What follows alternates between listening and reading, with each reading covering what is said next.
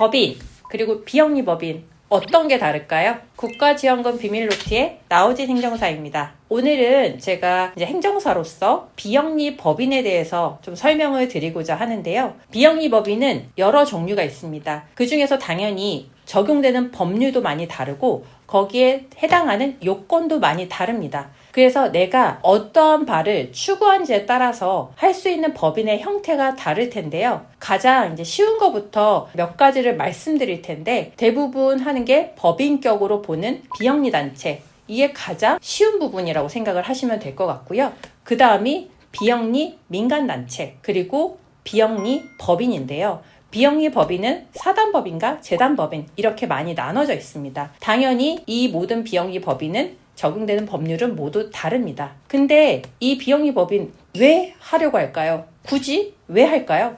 이유는 가장 좋은 건 세제 혜택이 있다는 겁니다. 세제가 굉장히 여러 가지가 혜택이 있다기보다는 법인이 취득하는 부동산이라든지 이런 부분에 세제 혜택 감면 같은 경우들이 있고요. 가장 원하는 것들이 후원금을 받거나 기부금을 모집하여서 법인을 운영하시려는 분들이 굉장히 많을 겁니다. 그래서 이 부분을 생각을 하시면 좋을 것 같은데 기부금을 모집하겠다 이렇게 생각하시는 분들은 법인격으로 보는 비영리 단체는 안 하시는 게 좋습니다. 그거 자체는 법인격이 있는 비영리 단체라고는 하지만 등기는 되어 있지 않은 법인이기 때문에 기부금을 모집할 수가 없습니다. 그래서 기부금을 모집하시고자 하시는 분들은 대부분 사단법이나 재단법인으로 가시게 되는데 사단법인이나 재단법인의 차이는 아마 많은 분들이 그래도 어느 정도는 알고 계실 거예요. 사단법인은 말 그대로 사람으로 이루어진 법인이고요. 재단법인 같은 경우는 돈으로 이루어진 재산으로 이루어진 법인이라고 생각을 하시면 됩니다. 그래서 이런 비영리 법인을 세울 때는 한 3가지 정도만 좀 체크를 하시면 좋은데요. 첫 번째, 내가 재산을 얼마나 가지고 있느냐. 두 번째, 내가 어느 지역에서 활동을 할 것이냐. 그 다음에 세 번째, 내가 추구하는 바가 무엇이냐. 이렇게 3가지로 나눠볼 수가 있는데요. 우선 첫 번째부터 살펴볼게요. 첫 번째,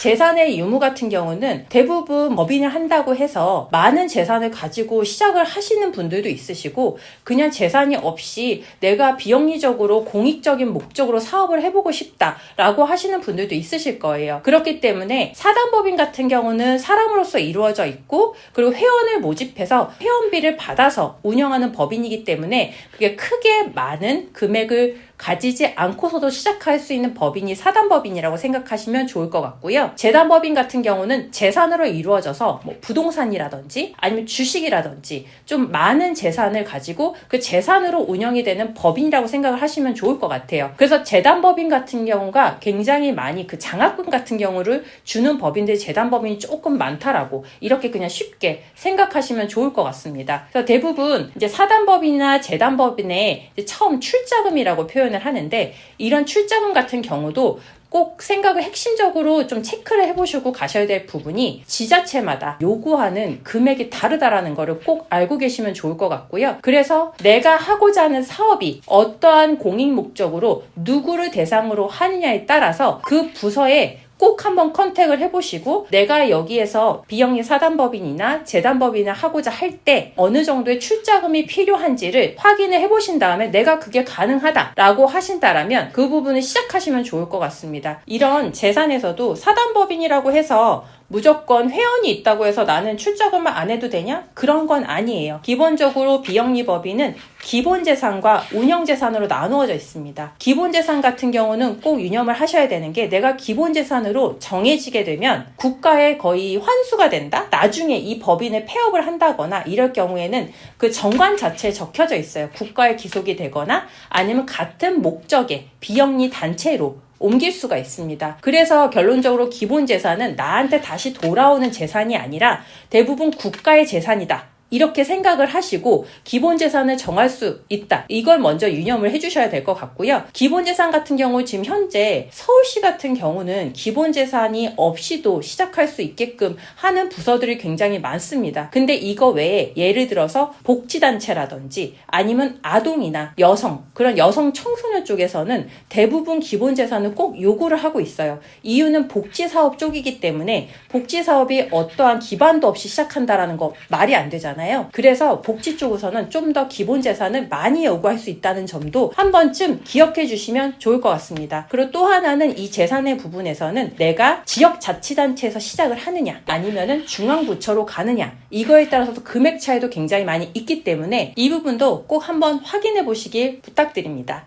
네, 두 번째 같은 경우는 내가 사업할 수 있는 반경을 말씀을 드리는 건데요. 아까 말씀드렸던 것처럼 뭐 중앙부처다, 지자체다 이렇게 말씀을 드리는 것처럼 내가 우선 이 법인의 사업을 하려고 하는 사업소, 그 소재지가 이제 위치라고 보시면 될 것 같고요. 내가 서울시에 내 법인 사무실을 뒀다라고 가정을 하신다면 내가 서울시 안에서만 사업을 할 것이냐 아니면 서울시가 아니라 난 서울시든 경기도든 아니면 강원도든 아니면 전국적으로 사업을 하고 싶다 라고 하는 거에 따라서 반경에 따라 중앙부처로 가느냐 아니면 지역자치단체에서 시작을 하느냐 이렇게 갈라질 수가 있습니다. 기본적으로 두 가지의 도가 합해지게 되면은 무조건 중앙부처로 간다라고 생각을 하시면 될 것 같고요. 근데 이거는 좀 부서마다 좀 다르긴 한데 제가 이제 사업계획서나 이런 부분들을 좀 작성을 하다 보면은 어떠한 부서에서는 꼭 우리 지역단체를 명시를 해줘. 우리 지역 안에서만 활동하는 걸로 얘기해줘. 아니면 넌 중앙부처로 가야 돼. 라고 해주시는 분들도 계시고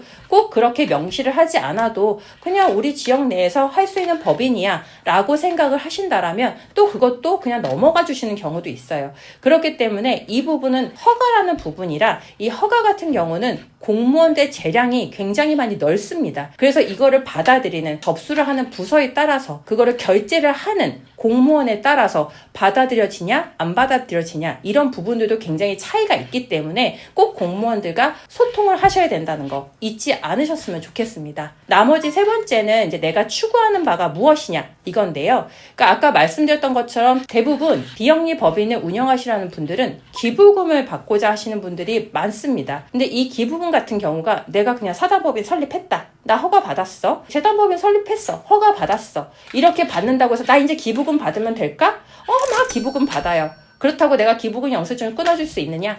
아닙니다. 기부금을 받는 것 같은 경우는 기부금 지정단체로 지정을 받으셔야 됩니다. 이거를 기본적으로 얘기하는 공익법인이라고 말을 하는데요. 또 여기서 헷갈리실 수 있는 부분들이 사단법인을 받을 때도 공익법인으로 진행을 할 수가 있고 재단법인을 받을 때도 공익법인이라고 지정을 할 수 있어요. 근데 여기서 말하는 공익법인과 지정기부금 단체에서 명칭하는 공익법인은 좀 다른 개념이라는 거. 이거는 한번 유의를 해주시고요. 지정기부금 단체는 지자체에서 진행을 하는 게 아니라 세무서에서 진행을 합니다. 세무서 자체 내에서 이 기업, 이 법인 같은 경우는 정말 공익 목적으로 하는구나. 그러니까 후원금을 받아도 되겠다라고 판단을 하고 기획재정부에서 그거를 지정을 하게 됩니다. 기부금 지정단체를 할 수 있는 기간은 1년에 4번 있습니다. 그 4번이 각 4분기로 나눠져서 3개월 단위라고 생각을 하시면 될 것 같은데요. 올해 지금 2025년도 마지막은 10월 10일까지 신청하는 게 마지막 4분기라고 생각을 하시면 되는데 이게 여기서 좀 생각을 해주실 부분이 이제 법인이 이 4분기 내내 뭐 1분기에 신청을 할 수도 있고 2분기에 신청을 할 수도 있고 3분기에 할 수도 있어요. 그렇지만 4분기에 내가 신청을 했다 하더라도 이 4분기에 내가 지정기부금 단체로 지정이 됐다. 라고 하신다면 이 자체가 기부금이 소급이 돼서 2025년도 1월부터 출자한 금액이라든지 받았던 기부금에 대한 영수증을 끊어줄 수 있습니다. 그렇기 때문에 올해 내가 기부금을 받았다라고 하신다면 꼭 올해 안에 지정기부금 단체로 지정이 되셔야 된다는 게 첫 번째고요. 만약 그게 아니고 내가 2026년도에 지정을 받았다라고 한다라면 2025년도에 받았던 기부금 같은 경우는 영수증 자체를 발행할 수 없다는 점 이것도 유의를 해주시면 좋을 것 같습니다.